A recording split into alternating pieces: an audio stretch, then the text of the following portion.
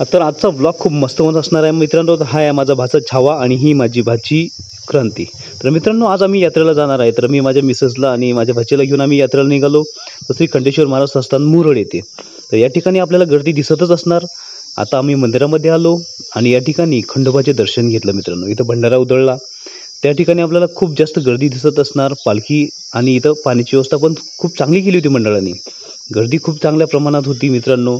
त्यानंतर आम्ही यात्रेमध्ये गेलो. हे बघू शकता तुम्ही इथं भागवत सप्ताह पण होता. त्यामध्ये महाप्रसादाचं आयोजन पण खूप चांगल्या प्रकारे संस्थांद्वारे करण्यात आलं होतं. या ठिकाणी मोठमोठे आगसपायने आणि चांगले आमच्या एरियामधील मुलं पण या ठिकाणी आले होते. हे बघू शकता तुम्ही यात्रा खूप चांगल्या प्रकारे भरली होती. इथं या ठिकाणी सगळ्याच प्रकारच्या वस्तू आपल्याला या यात्रेमध्ये उपलब्ध दिसत आहेत. त्यामध्ये गावकरी मंडळी, मुलं, युवक, युवती आपल्याला दिसून येतात. इथं पाण्याची व्यवस्था पण चांगल्या प्रकारे करण्यात आली होती. त्या ठिकाणी आमच्या भाषेने पण चांगलं खेळणं घेतलं आणि आमचं आता सगळं घेऊन इथं झालेलं आहे मित्रांनो. तर तुम्ही बघू शकता. परत एकदा मी तुम्हाला आमच्या एरियातले मुलं दाखवतो आणि यात्रा दाखवतो.